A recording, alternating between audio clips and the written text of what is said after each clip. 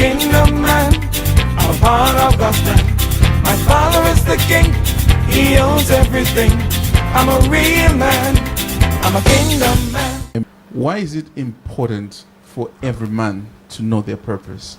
Well, if we go back to Heraclitus, anybody remember Heraclitus?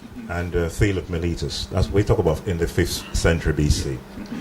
Now, the question of purpose is the purpose is the why question. Why does a thing exist? And he was looking at all the moon, the stars, and all of these things, and why do they exist? Now, purpose is found in the mind of the maker, of the creation of a thing. Yeah. So you cannot find purpose without finding the creator, you sort of mean. So we would agree then, it is concluded that science is a great attempt to find the why, but they can only come up with the what. Now, if a man thinks he's a woman, it's a problem, because the confusion is that the wound man is the woman who have a wound, you see what I mean? But they're all man, if you understand. But the confusion is that he thinks, because of the information is gathered from this world that we're in, and the government, that's what I talk about, the kingdom. Yeah. That if my kingdom say, well, it doesn't work like that. If this kingdom, which is we in Great Britain, is a kingdom, if they say, agree and pass a law that it's okay for 2 men to get married, they come and ask me that, can we do this? I said, hold on a minute. My position is this, I'm an ambassador, and it's what my government say. So that is something that I can't change. If you want to get married, then that's up to you. You see what I mean? I don't have no problem with you. You go and do what you want to do. But you can't force that upon me. You keep your own opinion to yourself. You see what I mean? This is very important. So again, purpose. Purpose is the why. You see what I mean? The reason for the creation of a thing. And that's very important. That when you read in Ecclesiastes chapter 3 and verse 1, it talks about purpose. Again, God talks about purpose in Isaiah 46, 9 and 10. You see what I mean? And you cannot fulfill purpose without the Creator. It's impossible. Oh, wow. Now, like you said, purpose is the why, the reason of a thing. But the question is that why is it important for men to actually understand their purpose? Because the discovery of your purpose is what's going to give you significance in life. Yes. And it's only in God that you can discover your purpose. Absolutely. Men are looking for fulfillment.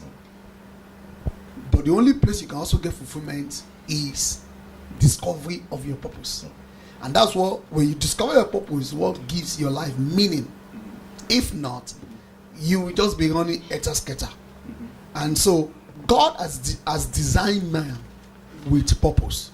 There's something in the mind of God for God to design you and to create and to send you to the world at a time like this.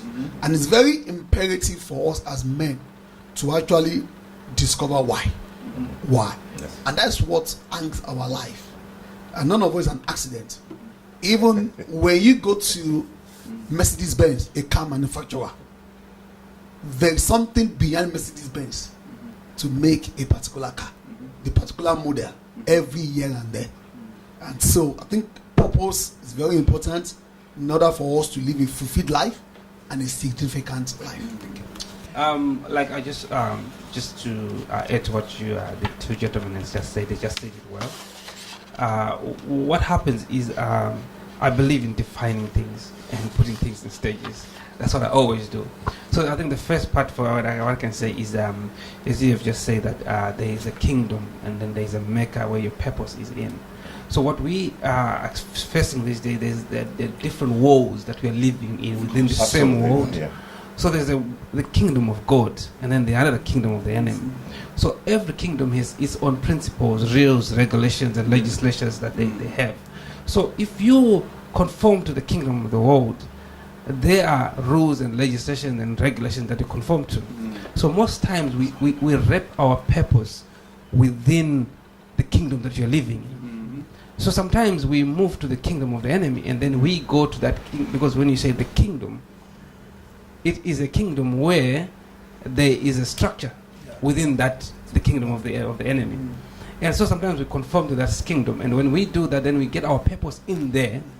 And then when we get our purpose in there, we get frustrated because we are not aligning to the things of God. So when we discover our purpose, like what you just said, when you have that position where you've discovered your purpose, now the next stage, because I believe in stages, is to action it, to take action towards what your purpose is. But sometimes we will know our purpose, and then I just know it. I might know that, you know what, I'm a bus driver or I'm a doctor, but I never really practiced this. So knowing it itself is the first stage, is one stage towards the journey, and then the action, and then the fulfillment of the purpose, and make it a purpose that serves others. Because I can have a purpose that just serves me. So that's kind of like what I wanted to say. Yeah. No, man, you beautifully said. I need to echo what Pastor said over here too. The purpose, what comes to mind is identity. And you cannot find your purpose without your true identity. And he did mention about the two different kingdoms. And, you know, refer you back to Genesis 1:26. And God said that let us make man in our image, in our likeness. And I just want you to just stop right there with me for a moment. Because God began to decree a thing. He said, let this man have dominion over the fish of the and the birds, right? It's not until Genesis 2:7 did he clothe the man. So we have to understand that even though God didn't really explain it, but it's very clear that the spirit man was first. Yes? So if a man in the natural has not found his true birthright, his true identity, he will not be able to walk in the fullness of his purpose. That's really powerful. I'm a kingdom man, I'm a part of God's plan. My father is the king, he owns everything. I'm a real man, I'm a kingdom man.